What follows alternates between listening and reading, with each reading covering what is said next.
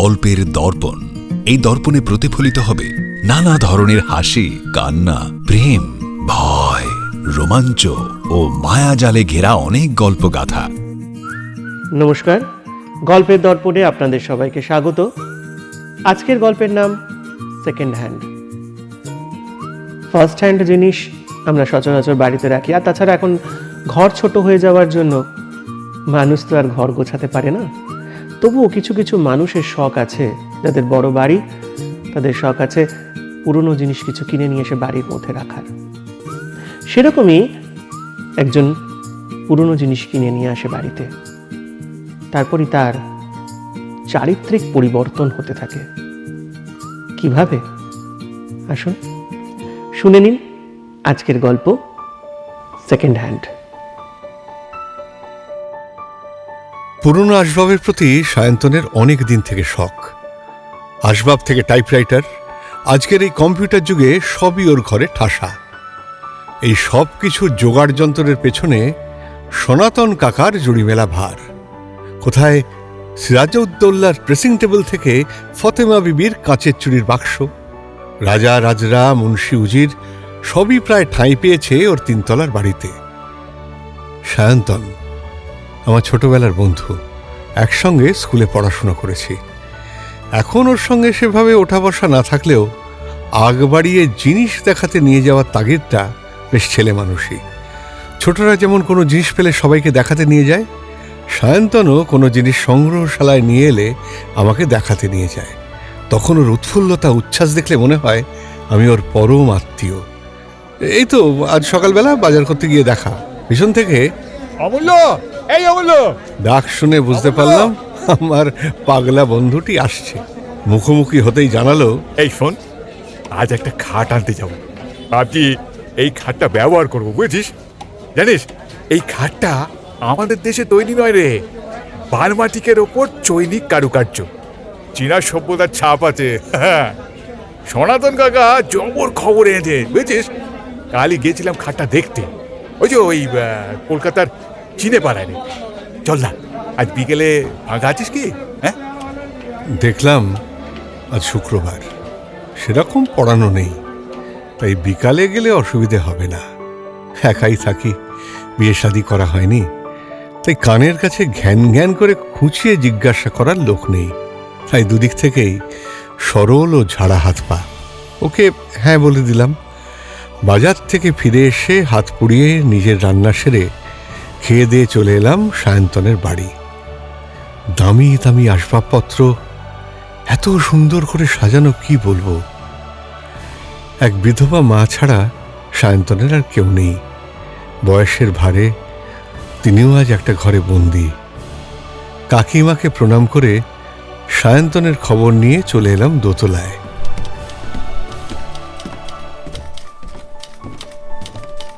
দোতলায় সায়ন্তনের ঘর। ঘরের এক কোণে সায়ন্তন কি যেন টাইপ করছে। এগিয়ে গিয়ে সায়ন্তনের পিঠে হাত রাখলাম। এই তুই এসে গেছিস? ব্যাস, নাওয়া খাওয়া শেষ, আমিও কিন্তু রেডি। শুধু একটা ভাউচার লিখছি, এটা শেষ করি বেরোবো, বুঝেছিস? আর শোন না, কিছুক্ষণের মধ্যেই কিন্তু সনাতন কাকাও এসে পড়বে, কেমন? টাইপের রিলটা ঘুরিয়ে কাগজটা বার করতে করতে সায়ন্তন কুমারেশকে আমার জন্য 1 কাপ চায়ের কথা বলে রেডি হতে গেল। কদিন আগে পর্যন্ত সায়ন্তন কিন্তু এতটা গুছনদার ছিল না। খুব পরিষ্কার ও যত্ন করে সাজানো ঘর, ছিমছাম। এর মধ্যে টাইপরাইটারটা বেমানান। তবে শুনলাম এই টাইপরাইটারের অনেক গুণ আছে। ব্রিটিশ গভর্নর লর্ড ক্লাইভের সময়কার টাইপরাইটার এটি। তখন আর কেউ উপস্থিত ছিল না যে বলে দেবে বিশ্বাসে মিলায় বস্তু, তর্কে বহুদূর। দেখে যাওয়া আসবাবগুলো আবার খুঁটিয়ে খুঁটিয়ে দেখতে শুরু করলাম। আজ আবার ঘরে নতুন অতিথি আসছে, তার জন্য জায়গা তো করতে হবে। তবে সে জায়গাটি তো হবে সায়ন্তনের শোয়ার ঘরে। এইসব দেখতে দেখতেই কিছুক্ষণের মধ্যে সায়ন্তন তৈরি হয়ে বেরিয়ে এলো। এসেই বলল, নে এবার চল, আমিও সায়ন্তনের পো ধরে এগোতে শুরু করলাম। দোতলা থেকে একতলা, তারপর কাকিমার ঘর, তারপর সদর দরজা থেকে রাস্তা। রাস্তাতেই সনাতন কাকা দাঁড়িয়েছিল। সনাতন কাকা আমাকে দেখেই বলে উঠল, ওরে বাবা, দুজনে একসঙ্গে? ছোটবেলায় মা ঠাকুমার কাছে শোনা, উমনো ঝুমনো দুই ভাই একসাথে যখনই থাকে বিপদ বলে পালাই পালাই। একবার বাঘ এসেছিল ওদের গ্রামে, ঢুকে পড়েছিল ঘরের ভিতর। দুই ভাই আশ্রয় নিয়েছিল ঘরের মধ্যে প্রকাণ্ড জালার ভিতর।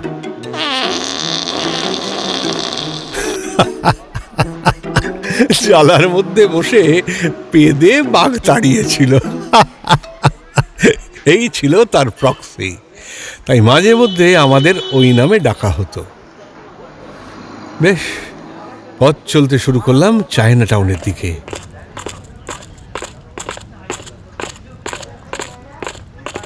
চায়না টাউনের মধ্যে একটা পোড়ো বাড়ির মধ্যে প্রবেশ করলাম। কেমন যেন একটা গা ছমছমে পরিবেশ।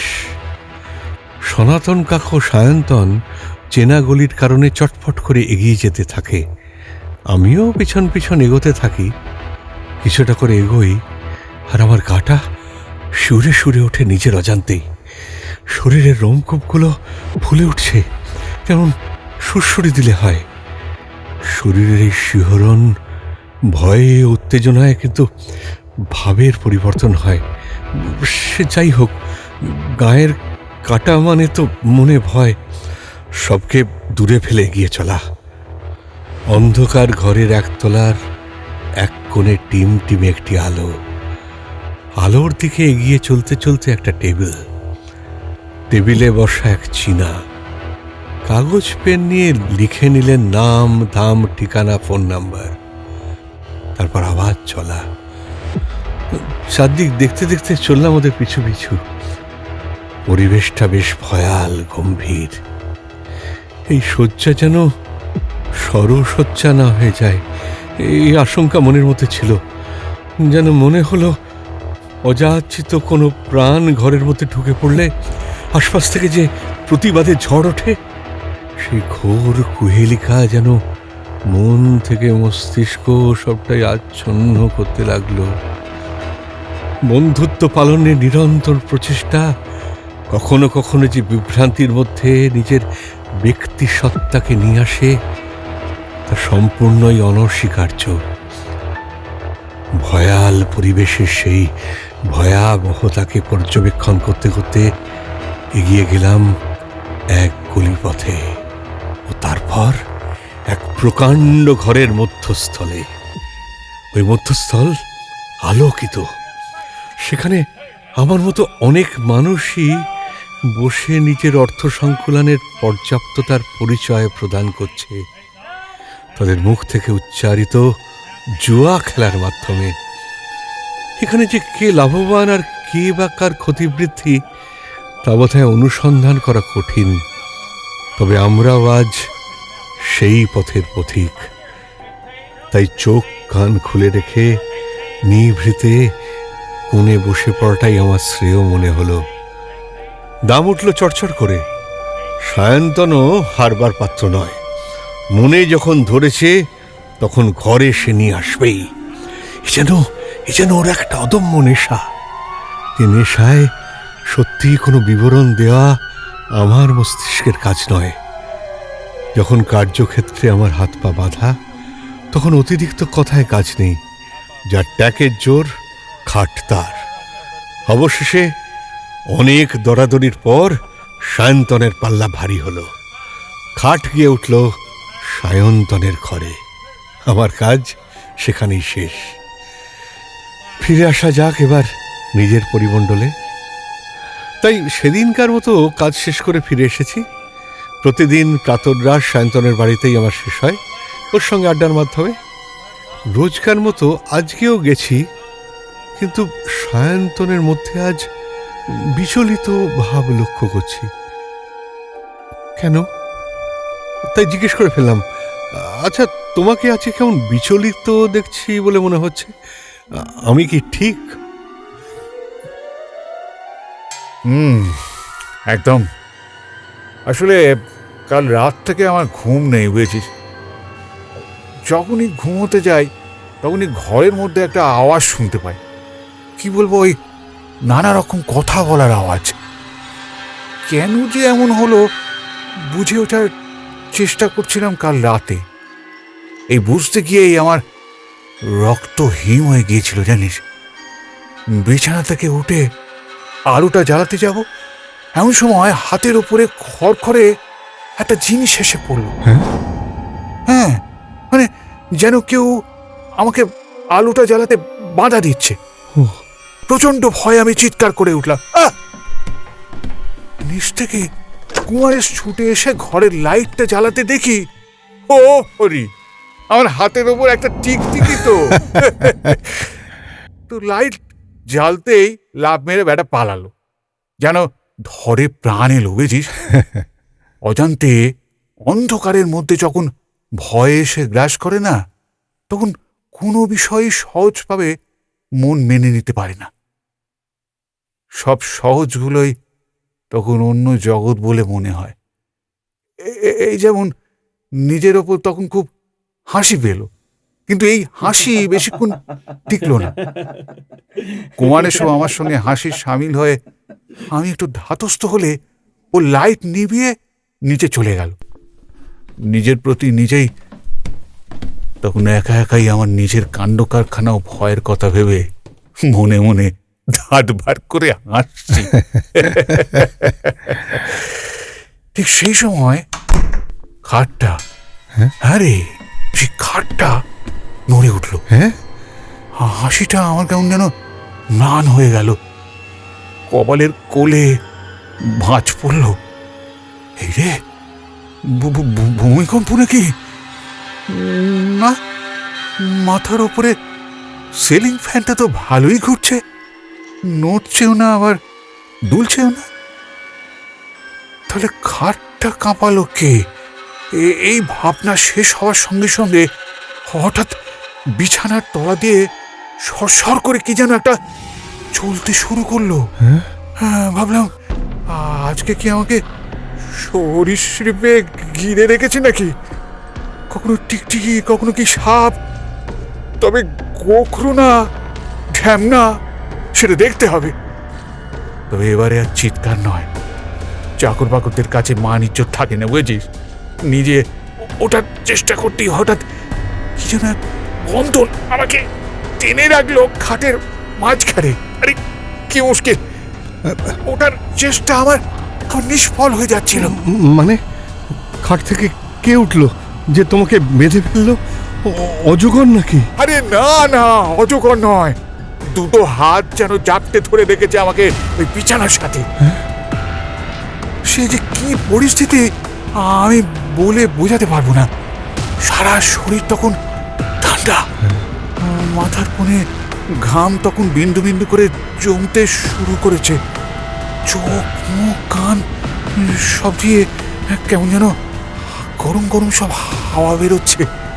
ওরে বাপরে, এই বাউ পাশ কোনো রকমে ছাড়ানোর প্রচেষ্টা চলছে, কিন্তু আমার ওই প্রচেষ্টা ওই প্রবল শক্তির কাছে ঝড়ের ইটো পাতার মতো। যেদিকে ওড়ায় সেদিকে যায়। অবশেষে গুরুকে স্মরণ করে প্রচন্ড জোরে লাফ মেরে বিছানা থেকে নেমে পড়লাম। নিচে নেমে পড়ার পর যা ঘটলো। দাদা, সুকান্ত ডাক্তার এসেছে, এখানে পাঠিয়ে দেবো? হ্যাঁ, পাঠিয়ে দাও। সুকান্ত ডাক্তার কেন? তোর কি মাথার ব্যামো নাকি? আরে না রে, একবার দেখিয়ে নি। কি জানি, হয়তো আমার পাগলামো হতে পারে। এত সব কথা, সব পাগলামো? ওহ, এই শোন, আমি না আর ভাবতে পারছি না। সব যেন কেমন কেমন যেন ওই ওলট পালট হয়ে যাচ্ছে আমার। কি হে? সুকান্ত ডাক্তার পাড়ার কাছেই থাকেন, তবে নিজেকে সবসময় মনে করেন যেন বিদেশ ফেরত। কথাবার্তায়, পোশাকে পরিচ্ছদে সবসময় একটা সাহেবিয়ানা। গলা খাঁকড়ে দিয়ে কি হে বলে এত জোরে চিৎকার করলেন, যে পাশের গাছের মগডালের কাঠবেরেলিটা লাফ মেরে তার কোঠরে ঢুকে পড়ল। বারান্দার আলসেতে বসে থাকা পায়রাগুলো ডানা ঝাপটা দিয়ে বেরিয়ে গেল বাইরে। বারান্দার রেলিংয়ে বসে থাকা চড়াই পাখিগুলো, যারা এতক্ষণ কিচিরমিচির করছিল, চোখের নিমেষে তারা ফুরুত। সে ঠিক যেন শান্ত পরিবেশে চকলেট বাজি ফাটলে যেমন হয় আর কি। সুকান্তবাবুর গলা সত্যি খুব অমায়িক। চেয়ার টেনে ধবাস করে বসে পড়লেন। সব কিছুই একটু আওয়াজের সঙ্গে সঙ্গে। বসার সঙ্গে সঙ্গে বেতার চেয়ারগুলো মচমচ করে উঠল। মনে হলো ওরা যেন বলছে, ওরে বাপরে, সাহেবিয়ানার জেরে মেয়েটার পেগ তার পেট আর নিতম্ব দুটোই ফুলিয়ে দিয়েছে। তাই আগু পিছু সানশেডওয়ালা এই বড় গামলাটি সত্যিই দেখনীয়।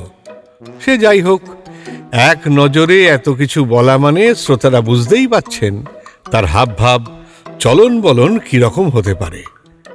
সে যাই হোক, বন্ধুর অবস্থার কথা মাথায় রেখে একবার সুকান্তবাবুর সঙ্গে কথা বলা প্রয়োজন মনে করলাম। আঁকামুড়ো যা কিছু ওর কাছ থেকে জেনেছি সবিস্তারে তা সুকান্তবাবুকে জানালাম।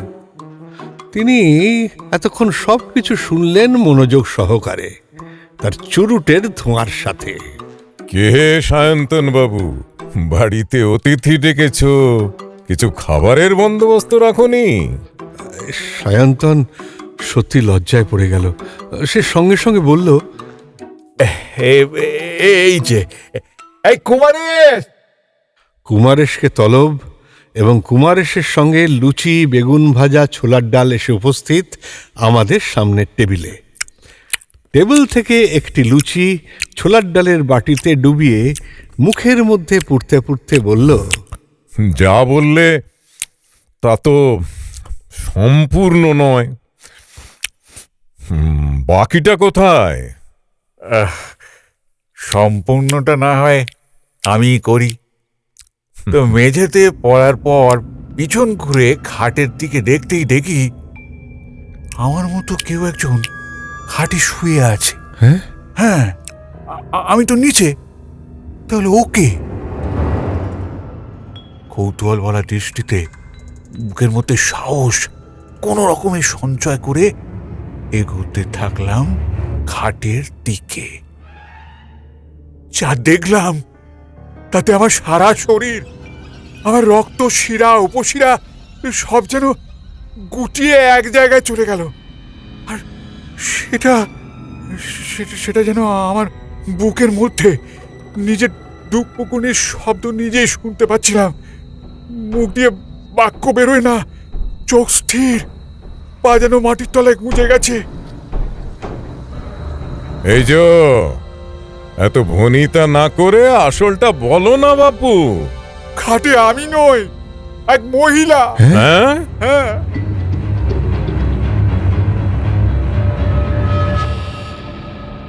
রাতে কিছু চলে নাকি? এই এই এই মানে একটু। না না, চলে না।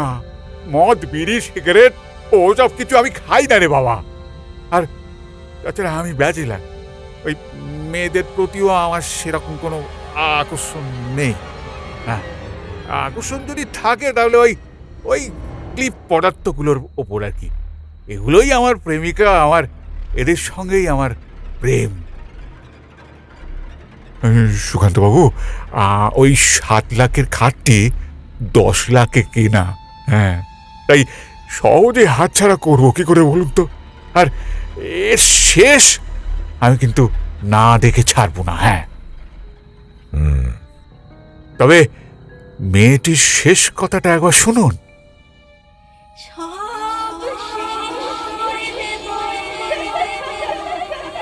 কি আর কেন তা জানার জন্যই আজ আপনাকে এখানে ডেকে পাঠিয়েছি। সুকান্তবাবু কিছুক্ষণ চুপ করে থাকার পর মুখ খুললেন।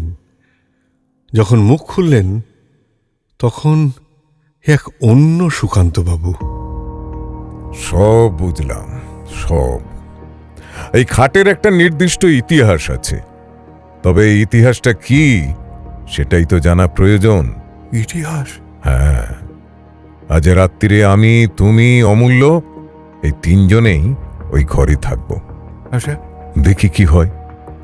রাতের জন্য খাওয়া দাওয়াটা মনে হয় আমাকে বোধহয় আলাদা করে বলতে হবে না, তাই না?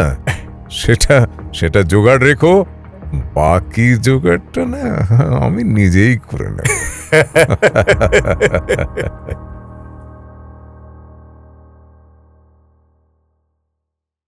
সায়ন্তনের বাড়ি থেকে ফিরে আসার পর আমিও যেন একটু বিচলিত হয়ে পড়লাম। সত্যি হয়তো এরকমও হয়, অনেক কিছু জিনিস জানার অতীত, অজানা জগতের কতটুকু বা আমাদের বোধগম্য। শুনেছি আমাদের ব্রেনের অর্ধেক ভাগ সেল নাকি কাজ করে, সম্পূর্ণটা কাজ করলে হয়তো সব জানতা হতাম। ক্ষুদ্র মস্তিষ্কের ক্ষুদ্র বুদ্ধি নিয়ে কাজ, তাই তো সহজেই আমরা অনেক কিছু নিজেদের কল্পনায় গড়ে নিই, আর এই গড়াটাই ভরাডুবি হয়। আমাদের জগৎ ছাড়াও যে আর একটা জগৎ আছে এই আমাদের মধ্যে, সে সম্পর্কে আমরা একটুও জানি না। সেই জগতের লোকজন, বাড়িঘর সবই আমাদের মতো।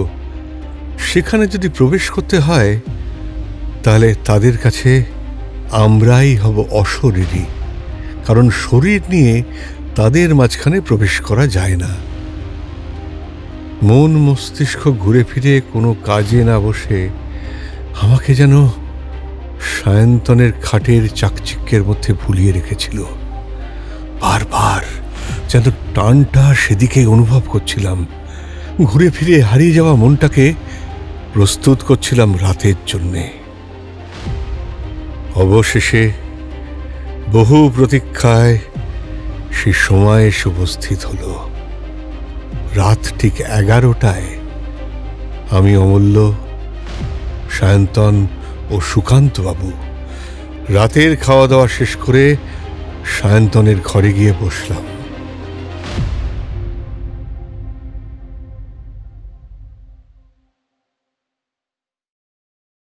সুকান্তবাবু খাটের কোণের হুইল চেয়ারটা গিয়ে বসে পড়লেন। দুটো মুন্ডই ঘুরল হুইল চেয়ারের দিকে। হুইল চেয়ারের রেক্সিং ছিঁড়ে সুকান্তবাবু হুইল চেয়ার দুটোই মাটিতে গড়াগড়ি। দুজনে ছুটে গিয়ে সুকান্তবাবুকে টেনে তুলি মাটি থেকে। 65, সায়ন্তন 75 আর সুকান্তবাবু মাত্র 120। তাই বেগ যথেষ্টই পেতে হলো। পাশের ঘর থেকে সায়ন্তন একটা মজবুত আরাম কেদারা আনলো কুমারকে দিয়ে। কেউ পড়ে গেলে হাসি যেন বাঘ মানে না। বারবার সেই দৃশ্য মনে পড়ে হাত বাদ দিয়ে জিভ চিপে ভেতরে ভেতরে টোকরাতে থাকি।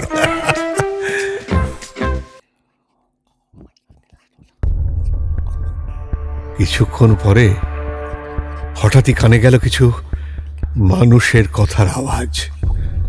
কথার আওয়াজের প্রতি আকৃষ্ট হয়ে হাসি যেন হাওয়া খোলা বেলুনের মতো ঠোঁটের কোণে শুকিয়ে গেল। কি কথা? কারা কথা বলছে? কথা শোনার সঙ্গে সঙ্গে সুকান্তবাবুর ইশারায় আমাদের কথা বন্ধ হলো। যে যেখানে ছিলাম সেখানেই রইলাম। কথাগুলো রেকর্ড হতে লাগলো। কিছুক্ষণ পরে কথা বন্ধ হলো। খাটের বিছানার তলা থেকে কিছুটা জিনিস ছোট থেকে ক্রমশ বড় হয়ে সরীসৃপের মতো খাটটির দখল করতে শুরু করলো। আমার আর সায়ন্তনের দুজনের মুখ দিয়ে একটা আওয়াজও বার হচ্ছে না, কারণ আওয়াজ বার হওয়ার মতো পরিস্থিতি নেই। স্থির আসবাবের মতো আমাকে মনে হচ্ছে যেন প্রাণবহুল আসবাব কানের পাশ দিয়ে, চোখের উপর দিয়ে ঘামের রেখাবলী তত্তর করে নিচের দিকে নামতে শুরু করেছে। চোখের মধ্যে দিয়ে মাঝে মাঝে দৃষ্টি ঝাপসা করে দিচ্ছে, কিন্তু মোছার মতো ক্ষমতা বা বল কিছুই আমাদের নেই।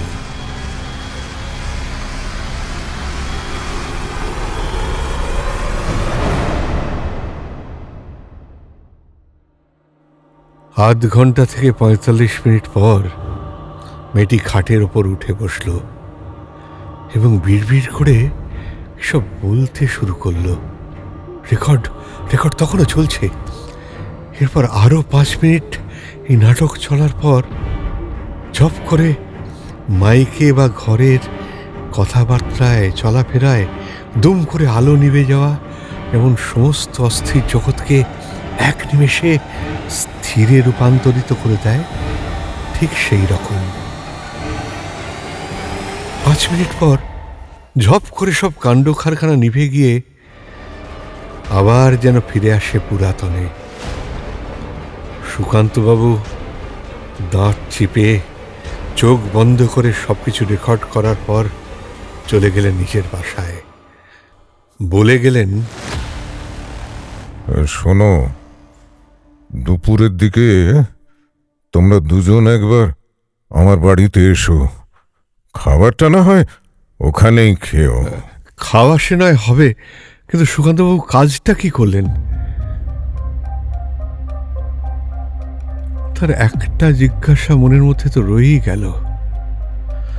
বাড়ি গিয়ে মুখে চোখে জল দিয়ে চাবি সুট খেয়ে বিছানায় শুলাম। ঘুম না, সে বোধহয় সুকান্তবাবুর বাড়ি না গেলে আসবে না। দু চোখের পাতা এক হওয়ার সঙ্গে সঙ্গে ফুটে উঠছে মেয়েটির বকবকানির সেই দৃশ্য। কিছুক্ষণ এপাশ ওপাশ, তারপর ধপাস করে উঠে পড়া। স্নান সেরে অধৈর্য হয়ে সায়ন্তনের বাড়ির দিকে পা বাড়ালাম।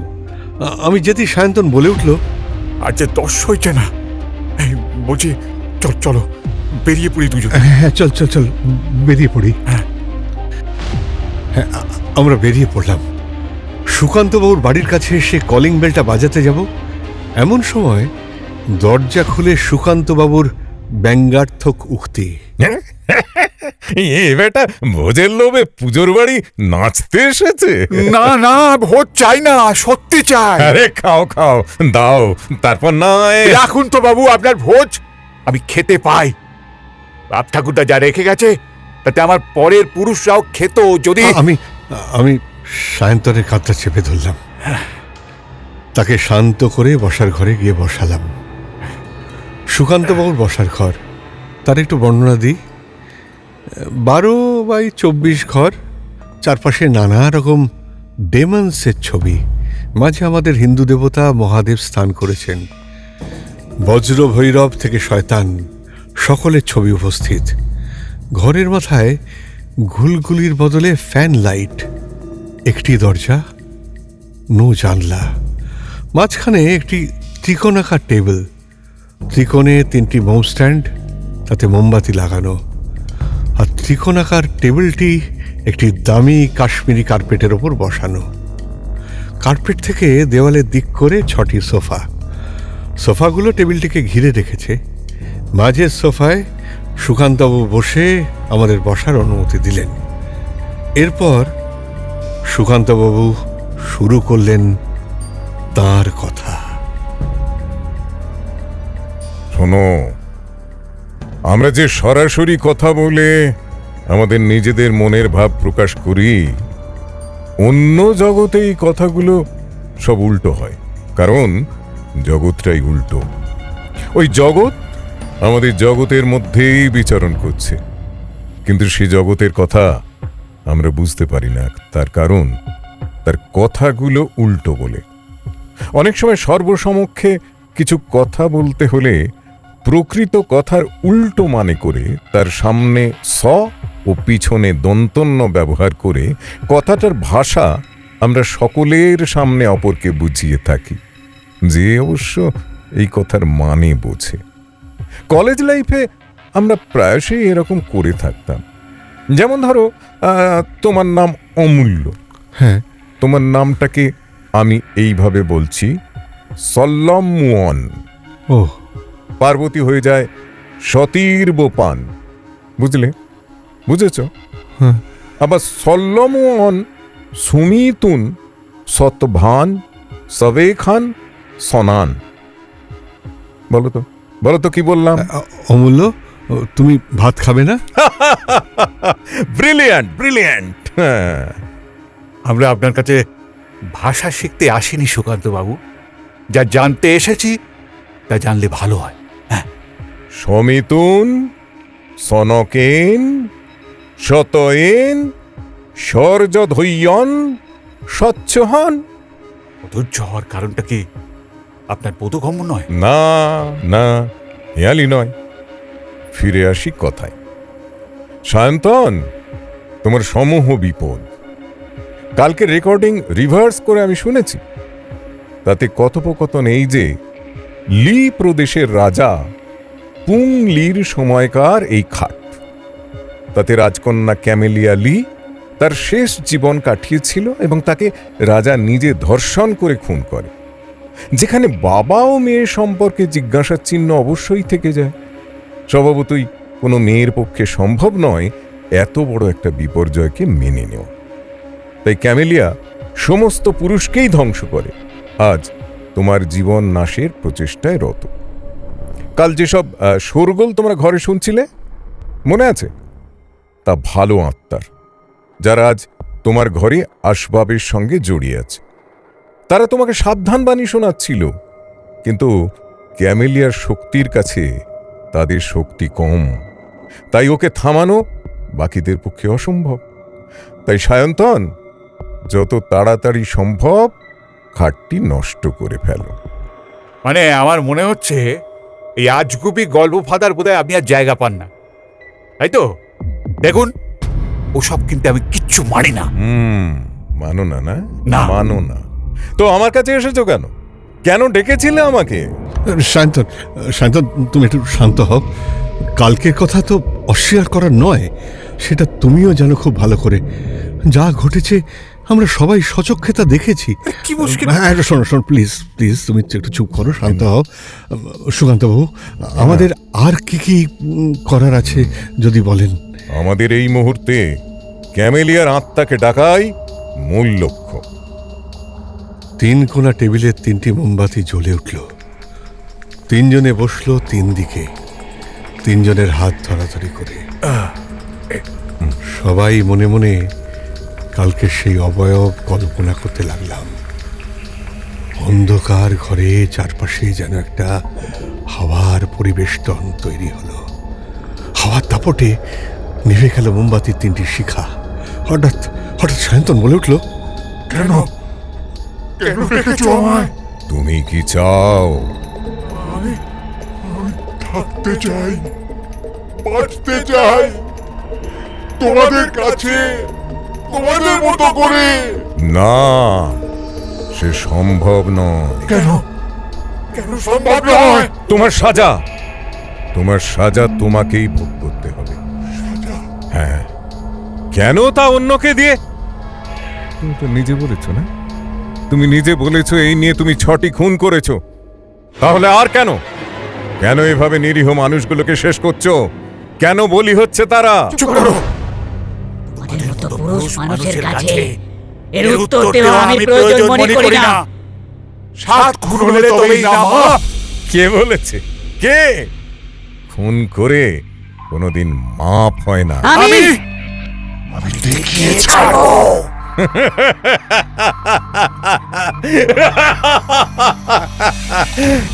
ক্যামেলিয়া, ক্যামেলিয়া, আমি এতক্ষণ ধরে সবকিছু পর্যবেক্ষণ করছিলাম। ঘরের মধ্যে একটা কেমন আলো যেন আপনা আপনি তৈরি হয়ে গিয়েছিল। তাতে মোটামুটি চর্মচক্ষু দিয়ে প্রত্যেকের অবয়বগুলো পর্যবেক্ষণ করা সম্ভব হচ্ছিল। এর কিছুক্ষণ পরেই সুকান্তবাবুর ক্যামেলিয়া, ক্যামেলিয়া, ক্যামেলিয়া, এই ডাকটি আমার চোখকে নিয়ে গেল সায়ন্তনের দিকে। এ কি? দেখলাম সায়ন্তনের মাথাটি তার জায়গায় নেই। ভয় পেয়ে আমি আলো জ্বালতে বললাম সুকান্তবাবুকে। আলো জ্বলে উঠল।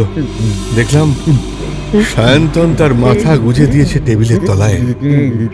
তাকে টেনে বার করতেই সে শুধু গো গো শব্দ ছাড়া আর কিছুই করলো না। দুজনে মিলে তাকে কোলপাজা করে তুলে সোফায় শুইয়ে দিলাম। তারপর মুখে চোখে জল দিতে সায়ন্তন ফিরে এলো তার স্বাভাবিক দুনিয়ায়।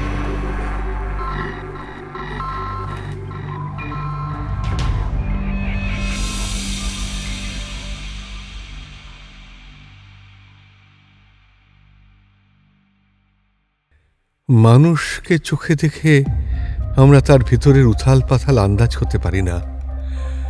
সেদিনও আমি পারিনি। অসুস্থ সায়ন্তনকে বাড়িতে রেখে ফিরে এলাম বাসায়।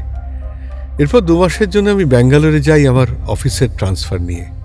2 মাস পর দেশে ফিরে ইচ্ছে হলো সায়ন্তনকে দেখতে যাওয়ার, কারণ বাড়িতে এসে শুনলাম আমি যাওয়ার 1 সপ্তাহ পর কাকিমা পরলোক গমন করেছেন। সায়ন্তন আজ সম্পূর্ণ একা। যাওয়ার দিন দেখাও হয়নি আমাদের, তাই পা বাড়ালাম সায়ন্তনের বাড়ির দিকে।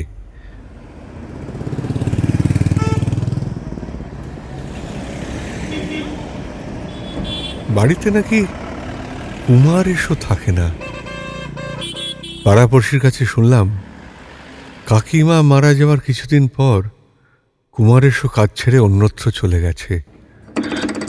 দরজায় কড়া নাড়লাম।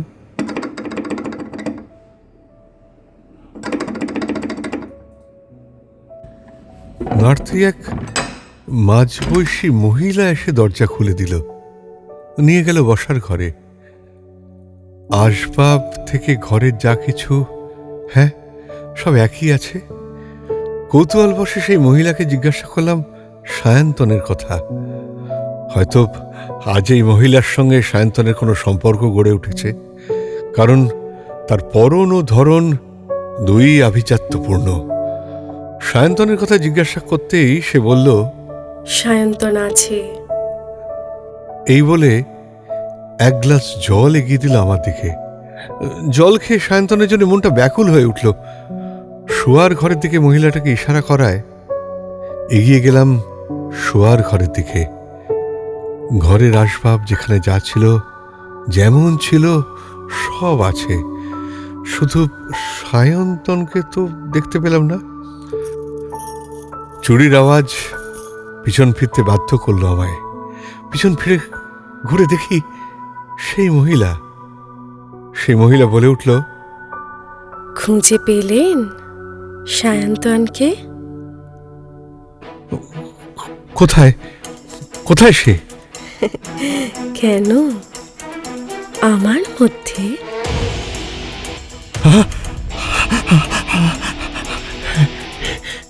এরপর আমার পাগুলো যেন মাটির সঙ্গে আটকে গেল। গলা শুকিয়ে কাঠ, যার হাতে জল খেলাম সে কি আজকের সায়ন্তন নাকি ক্যামেলিয়া? আজকের মতো গল্পের দর্পণের সময় শেষ। আগামী পর্বে নতুন গল্প নিয়ে হাজির হব আপনাদের সামনে শনিবার রাত 10টায়। ততক্ষণের জন্য একটু বিরতি। নানা স্বাদের নতুন নতুন গল্প শুনতে চাইলে আমাদের চ্যানেলকে সাবস্ক্রাইব করুন। সবার আগে নোটিফিকেশন পাওয়ার জন্য বেল আইকন ক্লিক করুন। বন্ধুদের সাথে শেয়ার করুন, আর অবশ্যই লাইক আর কমেন্টস দিতে কিন্তু ভুলবেন না।